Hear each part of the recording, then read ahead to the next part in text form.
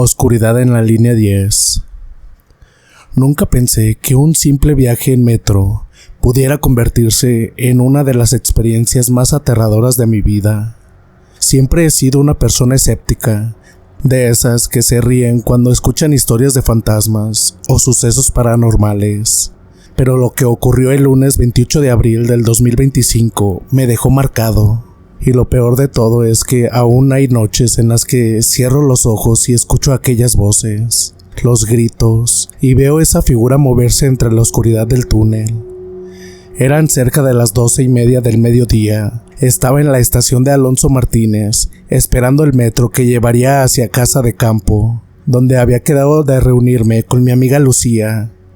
Ella trabajaba en una productora y me había conseguido entradas para ver los ensayos generales de un festival. Todo pintaba bien. Era un día soleado, aunque algo caluroso para ser abril. La estación estaba moderadamente llena, lo normal para esa hora. Gente con prisa, ejecutivos mirando el móvil, madres con carritos, estudiantes charlando, turistas confundidos. Subí al tren sin mayor problema. Me senté, me puse los auriculares y cerré los ojos. Llevaba una semana agotadora y, sinceramente, solo quería relajarme un poco antes de llegar. El metro se detuvo en varias estaciones y todo parecía normal. Fue justo entre las estaciones de Príncipe Pío y Lago cuando ocurrió. Primero fue un leve parpadeo en las luces del vagón. Después, un zumbido extraño que recorrió los altavoces, como si una interferencia estuviera tratando de colarse. Y entonces, el tren se detuvo, de golpe, sin previo aviso, un frenazo seco. Las luces de emergencia se encendieron por un segundo y luego se apagaron completamente. Oscuridad absoluta. Al principio pensé que era una falla temporal. Los apagones eléctricos no son comunes en Madrid, pero tampoco imposibles.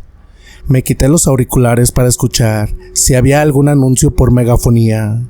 Nada, solo silencio. Luego vinieron los murmullos. Algunos pasajeros encendieron las linternas de sus móviles. El vagón estaba lleno, pero la luz de los teléfonos apenas bastaba para iluminar más allá de una o dos caras cercanas. Fue entonces cuando una señora mayor, que iba sentada frente a mí, comenzó a rezar en voz baja. «Dios mío, no otra vez». «¿Perdón?», le pregunté, extrañado por su reacción. Esto me recuerda al 2004, cuando se quedó atrapada gente durante horas, pero esto se siente distinto. Miré a mi alrededor. La gente comenzaba a impacientarse. Algunos trataban de abrir las puertas, pero estaban trabadas. De repente, alguien golpeó con fuerza desde el vagón siguiente. Gritos. Algo había pasado. «¿Hay alguien herido?», gritó un chico. Se cayó al suelo cuando el tren se detuvo. Me levanté para ayudar. Caminamos a tientas, usando las linternas del móvil. La conexión se había ido, ni datos, ni señal. Llegamos al otro vagón. Había un hombre tirado, inconsciente. Tenía una herida en la cabeza. Una mujer trataba de reanimarlo, pero nadie tenía conocimientos médicos. Y entonces escuchamos la voz. Era un susurro, apenas audible. Vino desde el túnel. «Carlos». Me congelé. Nadie más pareció oírlo. Me volví lentamente, con el corazón en la garganta. ¿Alguien dijo algo?, pregunté. Todos negaron. «¿Qué escuchaste?», me preguntó Lucía, que también iba en el metro sin que lo supiera. No la había visto subir, pero ahí estaba. Mi nombre, lo dijeron, pero... «Carlos». Volvió a sonar, más cerca. Apunté mi móvil hacia la ventana del vagón. Oscuridad, nada más. Pero algo me hacía sentir observado, como si del otro lado del vidrio hubiera alguien o algo. Fue Lucía quien lo notó primero. La temperatura había bajado. No era sugestión, hacía frío, un frío húmedo, profundo, que se colaba en los huesos. Un par de pasajeros comenzaron a temblar, no de miedo, sino literalmente por el descenso de temperatura. Y luego el llanto. Un llanto infantil, apagado, salía del túnel. «¿Un niño?», preguntó a alguien. Debe haber caído alguien a las vías, gritó un señor con acento de Cádiz. Tenemos que ayudar. Pero nadie se movía. Estábamos paralizados. Ese llanto tenía algo antinatural, como si fuera una grabación vieja, distorsionada. Un chillido suave, pero prolongado. Cuando otro pasajero se armó de valor y forzó una de las puertas, bajando a las vías con su linterna, el resto lo seguimos con miedo. No había señal, no había luz y nadie respondía por megafonía. Caminamos en fila, siguiendo los rieles en dirección a la estación más cercana, y fue ahí cuando vi las marcas en las paredes del túnel.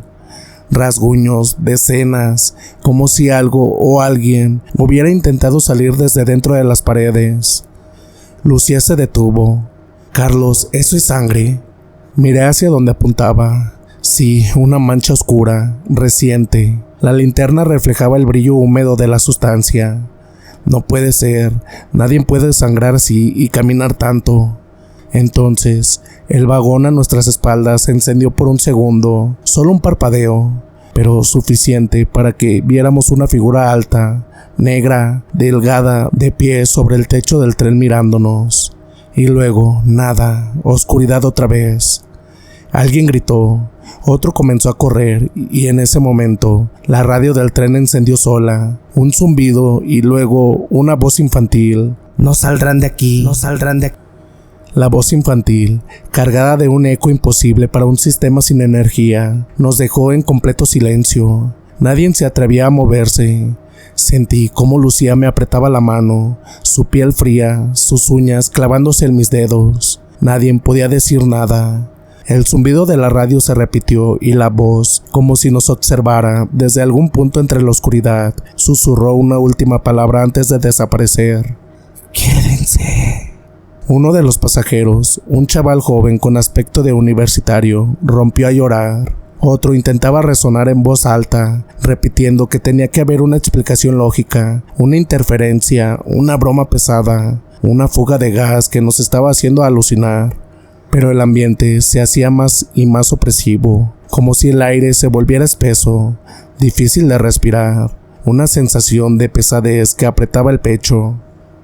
Continuamos caminando en fila por el túnel, tratando de no separarnos. El llanto del niño volvía de vez en cuando, como si se alejara y luego regresara más cerca. De repente, el universitario se detuvo en seco. ¿Qué es eso al fondo?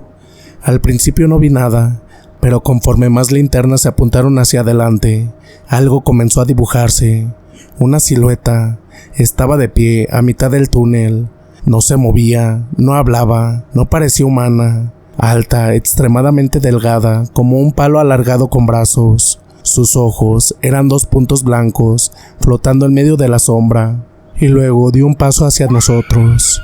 Lucía gritó, varios comenzaron a correr de vuelta al tren, otros se quedaron paralizados. Yo no podía moverme, sentí un vacío dentro del estómago, un miedo ancestral, instintivo, como si el cuerpo supiera que eso que estábamos viendo no debía existir.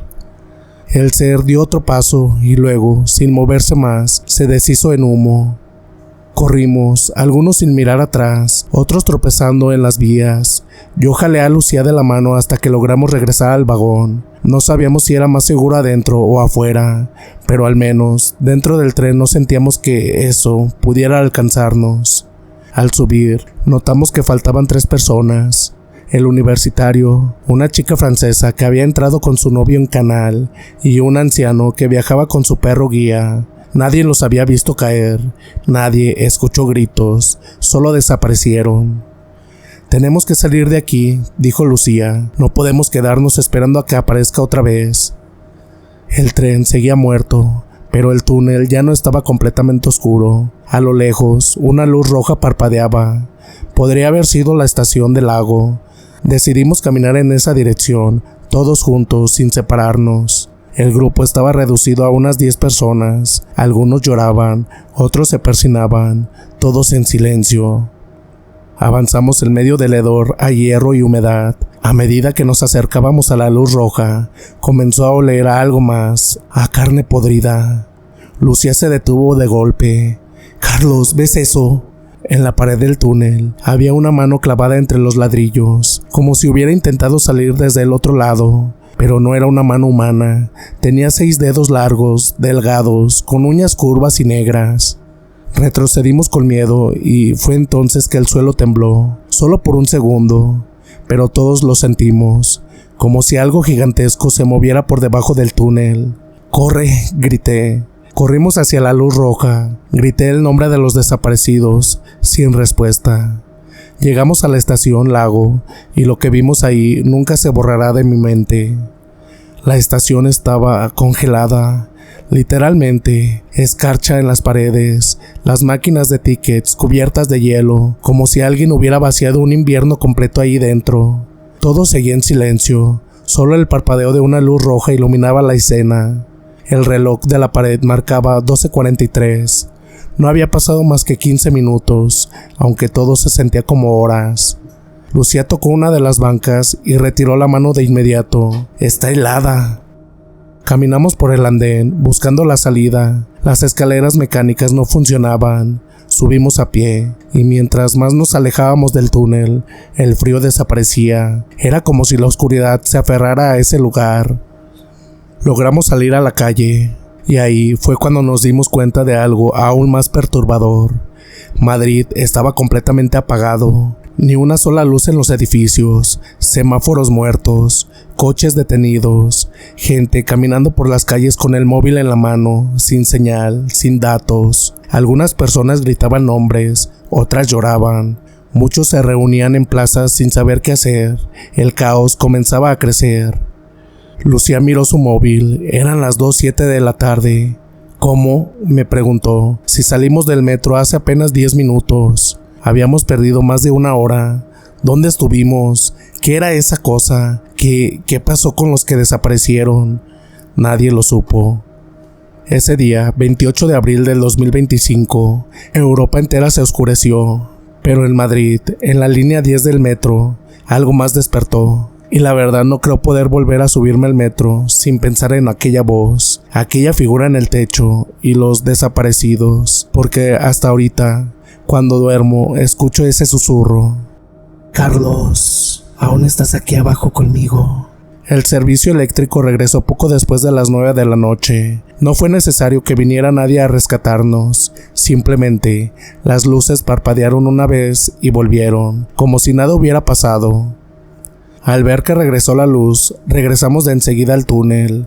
El tren seguía cubierto de polvo y silencio. Cuando encendieron los sistemas, la puerta se destrabó y pudimos caminar hasta la siguiente estación, Lago. Había empleados del metro esperándonos, preguntando si estábamos bien.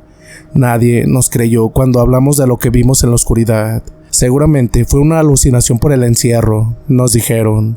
Tensión del momento. Pero yo sé lo que vi, Lucía también lo sabe, y hay cosas que no se pueden explicar con una linterna y una excusa técnica. Regresé a casa en silencio, encendí todas las luces, cerré todas las cortinas. El apagón ya había pasado, pero el miedo seguía ahí. No era por la falta de luz, sino por lo que encontré dentro de ella. Pasé la noche entera en vela, cada sombra parecía moverse, cada pequeño ruido me hacía girar la cabeza. A las 3:33 de la madrugada, recibí una notificación en mi teléfono. «Ya llegó el tren, Carlos». Era un número desconocido. Bloqueé el contacto al instante, apagué el móvil, pero la pantalla volvió a encenderse sola, sin conexión, y la misma frase apareció escrita en letras blancas, sobre fondo negro. «Aún no termina el recorrido». La mañana del 29 de abril, mientras Madrid intentaba recuperar la normalidad, los noticieros apenas hablaban del colapso eléctrico. Se enfocaban en la recuperación, en las estaciones que volvían a operar, en los sistemas de seguridad activados. No dijeron nada de las personas que no salieron del tren. Nadie mencionó al hombre sin rostro, ni al niño, ni a la mujer que vimos arrastrada en el túnel. Lucía me escribió un mensaje corto. «No vuelvas al metro, no ahora, no otra vez». Y no lo he hecho, ni pienso hacerlo, porque hay algo que me persigue desde entonces, algo que sabe mi nombre, que me mira desde las sombras, que espera el próximo apagón. Y cuando eso ocurra, yo sé que volverá a buscarme, no por lo que hice, sino por lo que sobreviví para contar. Y bien, comunidad, espero que les haya gustado esta pequeña historia. Esta historia nos la compartieron del día del apagón del día 28 de abril. Espero que les haya gustado, y si ustedes vivieron algo parecido o si saben si es verdad o no, me pueden escribir aquí en la sección de comentarios. Para ahí podemos debatir, pero con respeto. Y pues no olviden suscribirse, dejar su like y sin más, dulces pesadillas.